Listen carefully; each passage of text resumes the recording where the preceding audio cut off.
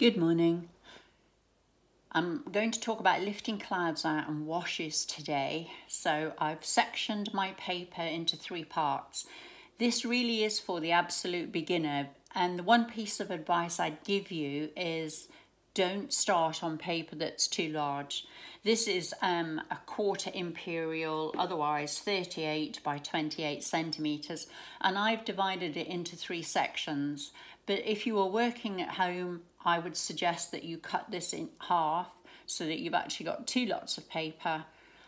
That's plenty to start with. One of the things that people do is they're trying to get washes in, they're thinking of a million things at the same time, and when it's your first few attempts at watercolour, it's quite nerve-wracking.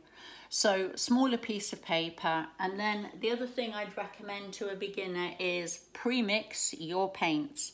So I've got a mixture here of the colours that we're going to be using on these today. What I've got is ultramarine blue, which is French ultramarine blue. I've got some yellow ochre, a cadmium, that's a cobalt blue, and I've got a darker, thicker mix here. While we're talking about mixing the paints, we call it watercolour, but the reality is it's coloured water. So it's the water that you start with and then you add the pigment to it. I use a little pipette to measure out water in here. It's just a personal preference, but realistically it's coloured water, and how much pigment you put in each little section will decide the intensity of the colour. If you're doing a sky and you want to lift out clouds, then I'd say you need to have a reasonable amount of pigment in your paint in order to do that. You can only lift out nice bright white clouds against a darker colour. Otherwise they don't show up. Your paper's white, so you're not going to get any effects on it. So for this first one, we're just going to use the ultramarine blue, and it's what we call a graduated or gradiated wash. All that means is it goes from dark at the top or the bottom, depending on which way you're painting, and it gets lighter as you move down the page. We're going to look at this one wet on wet, so I'm going to put water on the paper first. Is there a right or a wrong way of applying your water? No, just put it on there. Make sure it's wet enough. Again, this is why I recommend smaller pieces of paper for the beginner. Sometimes it's really hard to see whether your paper's wet everywhere. So normally, if you just tilt your board or change the direction of your head when you're looking at it, you can tell. If in doubt, a second coat on, give it a couple of seconds just to take that water right off. That's allowing the water to start soaking into the paper. Load your brush. Ideally, if at all possible, you want to get your washes on with 1 brush load of paint.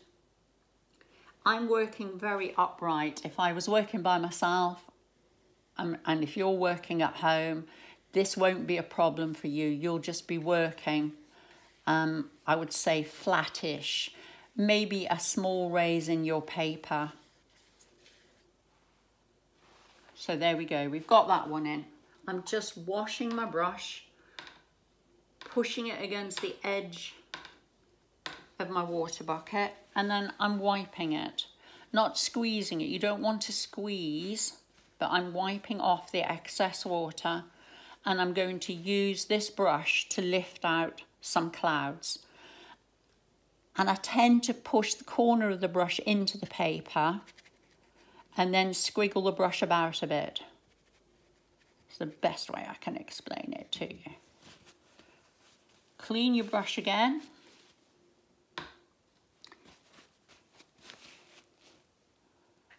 And back in. Squiggle your brush around so you get these nice light and dark areas. Oh, that one's got a little bit of a run on it there. Let's just catch that. And I can keep going right up until this starts to dry too much. And you'll know when that happens because it will change the way it reacts. Just go back in, just catch that little bit there. As I say, watercolours upright, not so much fun. And this is almost getting to a point where it's too dry.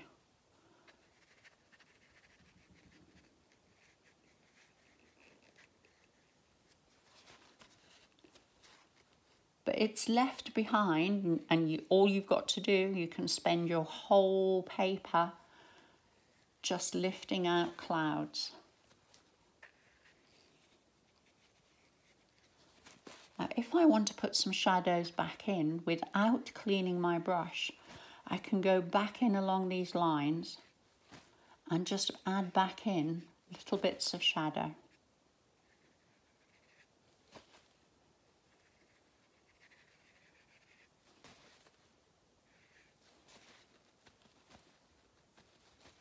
I'm going to use this afterwards, so I'm just going to put or change direction on the bottom here.